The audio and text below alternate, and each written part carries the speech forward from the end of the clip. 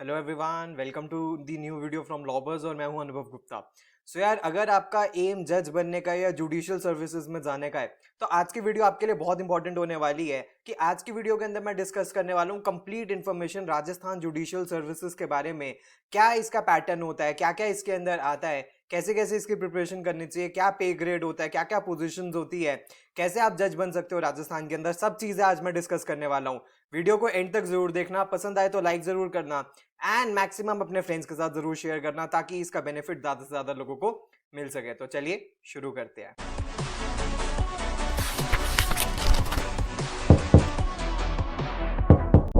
तो अगर फ्रेंड्स मैं सबसे पहले बात करूं कि राजस्थान जुडिशियल सर्विसेज आरजेएस से अपॉइंटमेंट कौन सी दो पोजीशंस के ऊपर होती है, तो दो पोजीशंस के ऊपर होती है। सबसे पहली तो सिविल जज, जिसको हम जूनियर डिवीजन कहते हैं, ठीक है, क्योंकि विद प्रमोशन ही आपको सीनियर डिवीजन पे भेजा जाता है। और उसके बाद जुडिशियल मैजिस्ट्रेट। तो जो सिविल जज होता है और जुडिशियल मैजिस्ट्रेट, ये रोस्टर चेंज होता रहता है, कभी सिविल जज बना दिया जाता है, कभी जुडिशियल मैजिस्ट्रेट बना दिया जाता है।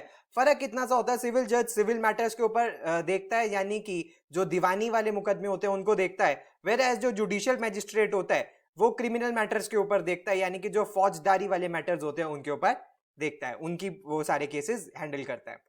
अगर फ्रेंड्स मैं बात करूं पे स्केल की, तो पे स्केल काफी डिसेंट होता है। ये स्केल है, ये सैलरी नहीं है। तो अगर मैं सिविल जज जूनियर डिवीजन के बारे में बात करूं तो 9,000 वाले पे स्केल के ऊपर वो होते हैं। उसके बाद जो जुडिशियल मैजिस्ट्रेट होता है उसका भी बिल्कुल सेम ही होता है, उसको भी बल्कि थोड़ा सा बल्कि बढ़ाया जाता है। फॉर एग्जाम्पल लिखा हुआ है, found suitable by the high court on completion and satisfactory continuous service of 5 years from the date of entry and pass departmental examination, तो उनको उस लेवल पे ला दिया जाता है। इसके अलावा जब वो सीनियर डिवीजन के ऊपर चले जाते हैं या चीफ जुडिशियल मैजिस्ट्रेट बन जाते हैं या एडिशनल चीफ जुडिशियल मैजिस्ट्रेट बन जाते हैं तो 12,850 के पे ग्रेड पे आ जाते हैं। अगर फ्रेंड्स मैं बात करूं एलिजिबिलिटी क्या है एग्जाम की, तो एलिजिबिलिटी एग्जाम की ये है कि you should be minimum 23 years of age आपकी होनी चाहिए। इसके अलावा मैक्सिमम जो एज लिमिट है वो 35 years है। इसके अलावा सिटीजन ऑफ इंडिया होना बहुत मैंडेटरी है एंड 5 years रिलैक्सेशन मिलती है अपर लिमिट के अंदर SC ST and OBC candidates को, तो यानी कि वो 40 years तक दे सकते हैं।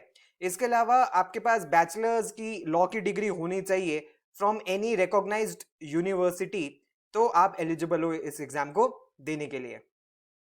अगर फ्रेंड्स मैं बात करूं सिलेक्शन प्रोसीजर क्या है, सिलेक्शन प्रोसीजर है कि 3 स्टेप प्रोसीजर होता है। जैसे दिल्ली जुडिशियल सर्विसेज के अंदर भी 3 स्टेप प्रोसीजर होता है और ऑलमोस्ट हर जो जुडिशरी का एग्जाम होता है उसके अंदर 3 स्टेप प्रोसीजर होता है, उसी तरह इसके अंदर भी 3 स्टेप प्रोसीजर होता है। सबसे पहले प्रीलिम का एग्जाम होता है, उसके बाद मेंस के एग्जाम होते हैं और उसके बाद फाइनली वाइवा वॉस या इंटरव्यू होता है। अगर फ्रेंड्स मैं बात करूं सबसे पहले प्रीलिमिनरी एग्जामिनेशन के बारे में, यानी कि प्रीलिम्स के एग्जाम के बारे में, तो ऑब्जेक्टिव ये एग्जाम होता है।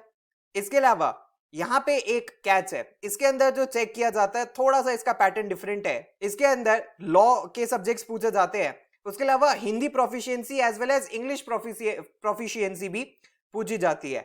यानी कि 70 क्वेश्चंस, टोटल 100 क्वेश्चंस का ये पेपर होता है प्रीलिम्स का एग्जाम, जिसमें 70 क्वेश्चंस लॉ के होते हैं और बाकी के जो 30 क्वेश्चंस होते हैं वो हिंदी एंड इंग्लिश प्रोफिशिएंसी के ऊपर।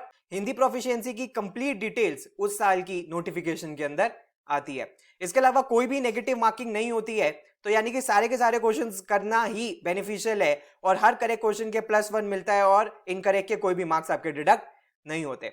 तो फ्रेंड्स अगर मैं इसके सिलेबस के बारे में बात करूं तो जो लीगल टॉपिक्स, जो लॉ वाले सब्जेक्ट्स हैं, जो प्रीलिम्स और मेंस में पूछे जाते हैं वो ऑलमोस्ट सिमिलर है। तो इसलिए आरजीएस में सजेस्ट किया जाता है कि आप मेंस के लिए प्रिपेयर करो तो आपकी प्रीलिम्स के लिए ऑटोमेटिकली प्रिपरेशन हो जाएगी। एंड बहुत इंपॉर्टेंट है बेयर एक्ट रीडिंग, खासकर मेंस और प्रीलिम्स दोनों के लिए। तो अगर आपके बेयर एक्ट स्ट्रांग है तो प्रीलिम्स एंड मेंस दोनों के लिए आपके लिए इंपॉर्टेंट हो जाएगा। इसके अलावा जो मिनिमम क्वालिफाइंग मार्क्स होते हैं इसके अंदर कि इतने मार्क्स तो चाहिए ही चाहिए और फाइनल कट ऑफ भी मैच करनी है, वो 45% चाहिए अदर कैटेगरी के स्टूडेंट्स के लिए एंड 40% मार्क्स चाहिए SC ST कैंडिडेट्स के बच्चों के लिए। यानी कि 100 में से मिनिमम 45 तो जनरल ओबीसी को चाहिए एंड 40 मार्क्स SC ST को चाहिए, इससे कम पे वो बुलाएंगे नहीं। उसके बाद अगर फ्रेंड्स मैं 2019 की कट ऑफ के बारे में बात करूं तो 2020 में इसका एग्जाम नहीं हुआ है, अब होपफुली 2021 में होना चाहिए, उसके बारे में आगे बात करेंगे। तो 70 में से 60 मार्क्स जनरल की थी और जनरल फीमेल विडो की 45 थी, जनरल फीमेल डाइवोर्सी की 43 थी, एससी की 42 थी, एसटी की 41 थी, आप देख सकते हो 40 से कम पे ये नहीं बुलाएंगे। उसके अलावा ओबीसी नॉन क्रीमी लेयर की 54 थी, ओबीसी एनसीएल डाइवोर्सी की 45 थी और उसके बाद आप देख सकते हो इसी तरह सारी कट ऑफ्स रही हैं, ये 2019 की है। अब ये डिपेंड करेगा एग्जाम की डिफिकल्टी लेवल के ऊपर कि ये सेम रहता है कि या ये बढ़ जाती है। फॉर एग्जांपल अगर एग्जाम की डिफिकल्टी लेवल बढ़ जाती है तो ये 60 से कम होकर 55 58 भी आ सकता है, और एग्जाम की डिफिकल्टी लेवल अगर कम हो जाती है एंड कंपटीशन बढ़ जाता है, कंपटीशन कम हो जाता है, तो ये बढ़ भी सकती है 62 65 67 तक भी जा सकती है। उसके बाद अगर फ्रेंड्स मैं मेन एग्जाम के बारे में बात करूं, मेंस एग्जामिनेशन के बारे में, तो यहाँ पे एक सिविल लॉ का पेपर होता है सबसे पहला, जो 100 मार्क्स का होता है, जो कि 3 घंटे का होता है। उसके बाद सिविल लॉ का एक ही पेपर होता है, क्रिमिनल लॉ का भी एक ही पेपर है जो कि 100 मार्क्स का होता है, 3 घंटे का होता है। उसके बाद एक हिंदी ऐसे का पेपर है जो कि 50 मार्क्स का है और 2 घंटे का है, और एक इंग्लिश ऐसे का पेपर है जो कि 50 मार्क्स का है और 2 घंटे का है। इसके अलावा फर्दर अगर मैं हिंदी एंड इंग्लिश एसेज के बारे में बात करूं तो दोनों के 50-50 मार्क्स के ये पेपर है, और इसके अंदर डिफरेंट कैटेगरीज के अंदर टॉपिक्स को डिवाइड किया जा सकता है।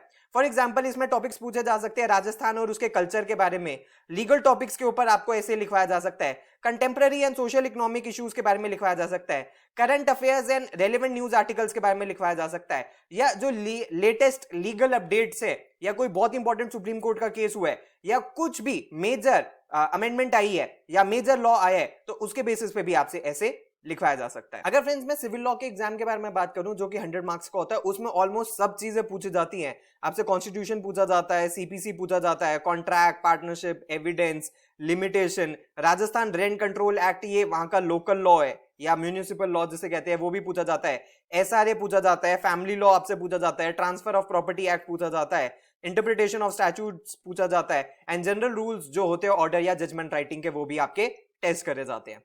अगर मैं क्रिमिनल लॉ के बारे में बात करूं जो कि 100 मार्क्स का पेपर होता है, इसमें ऑलमोस्ट सारी चीजें क्रिमिनल लॉ की पूछ ली जाती हैं आपसे।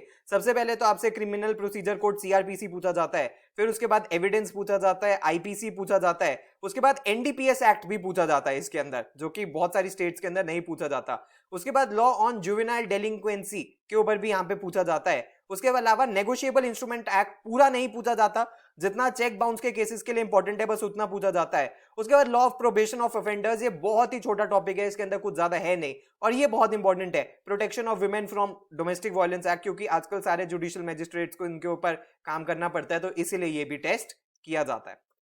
नेक्स्ट अगर फ्रेंड्स मैं 2019 की मेंस की कट ऑफ के बारे में बात करूं तो जितना था हमारे पास, यानी कि 100 मार्क्स सिविल लॉ के, 100 मार्क्स क्रिमिनल लॉ के एंड 100 मार्क्स के 2 एसेज, यानी कि आउट ऑफ 300 मार्क्स जो कट ऑफ रही थी, फाइनल कट ऑफ इंटरव्यू के लिए, वो कुछ ऐसे रही थी। जनरल कैटेगरी के बच्चों को 124 मार्क्स चाहिए थे, तो यानी कि आप देख सकते हो 50% से भी कम।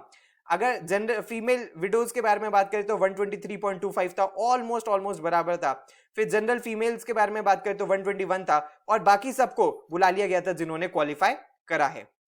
अगर फ्रेंड्स मैं वाइवा वॉस के बारे में बात करूं या इंटरव्यू के बारे में बात करूं तो ये 35 मार्क्स का होता है, और इसके अंदर क्या चेक करते हैं, सबसे पहले तो उन्हीं को ही बुलाया जाता है जो मेन एग्जाम्स क्लियर करेंगे, उन्हीं को ही इंटरव्यू के लिए बुलाया जाएगा। एंड जो एक टिपिकल इंटरव्यू होता है, बहुत सारे लोगों से डिस्कशन करने के बाद ये चीज बाहर निकली है कि उसके अंदर आपसे वेरियस एस्पेक्ट्स पूछे जा सकते हैं। पर्सनल एंड एकेडमिक बैकग्राउंड आपसे पूछा जा सकता है, करंट अफेयर्स पूछा जा सकता है, जनरल नॉलेज पूछी जा सकती है, लीगल नॉलेज पूछी जा सकती है, तो ये सारी चीजें चेक करी जाती है। और खासकर आपकी बॉडी लैंग्वेज कैसी है, इसके अलावा आपकी प्रोफिशिएंसी कैसी है, इसके अलावा आप कितने पोलाइट हो, कितने आपको नॉलेज है, ये सारी चीजें भी आपके इंटरव्यू के अंदर टेस्ट करी जाती है। इसके अलावा मार्क्स उनको भी दी जाते हैं जिनकी राजस्थानी डायलेक्ट होता है, उनको भी थोड़े से एक्स्ट्रा मार्क्स मिलते हैं, और जिनको राजस्थानी सोशल कस्टम्स के बारे में पता होता है उनको भी एडिशनल नॉलेज उनकी टेस्ट करी जाती है। तो अगर ये सारी चीजें आपकी हैं तो आपको मार्क्स इंटरव्यू में मिलने के चांसेस ज्यादा रहेंगे। अगर फ्रेंड्स मैं फाइनल सिलेक्शन के बारे में बात करूं तो फाइनल सिलेक्शन कैसे होता है कि आपका पहले देख लिया जाएगा कि मेंस के अंदर कितना स्कोर है, फिर आपका वाइवा वॉस या इंटरव्यू के अंदर कितना स्कोर है, और उसके बाद फाइनली आपको डिसाइड किया जाएगा कि फाइनल कट ऑफ कितनी रहने वाली है, and depending upon the vacancies उसके हिसाब से सिलेक्शन होगी। तो फ्रेंड्स अब मिलियन डॉलर क्वेश्चन ये है कि एग्जाम कब होने वाला है। 2020 में तो ये नहीं हुआ, तो अभी तक 2021 की नोटिफिकेशन रिलीज नहीं हुई है। 2020 में एक नोटिफिकेशन जरूर आई थी जिसमें अप्रोक्सीमेटली कुछ 90 के अराउंड सीट्स थी, 96 के अराउंड सीट्स थी, लेकिन इसके बाद इसकी कभी कोई डेट फाइनलाइज नहीं हुई। सो ऐसा होपफुल है कि 2021 में ये एग्जाम होगा। So please I would request you, channel को सब्सक्राइब जरूर कर देना, बिकॉज जैसे ही आरजेएस की अपडेट आएगी मैं आपको जरूर इन्फॉर्म कर दूंगा, तो आप उसको डेफिनेटली अप्लाई कर सकते हो। तो फ्रेंड्स ये सब कुछ था आज की वीडियो के अंदर, जिसके अंदर मैंने आपको complete information Rajasthan judicial services के बारे में बता दी है। वीडियो पसंद आई हो तो यार लाइक जरूर करना। फ्यूचर में मैं ऐसी वीडियोस आपके साथ और भी शेयर करता रहूंगा। So thanks a lot friends, all the best, God bless you.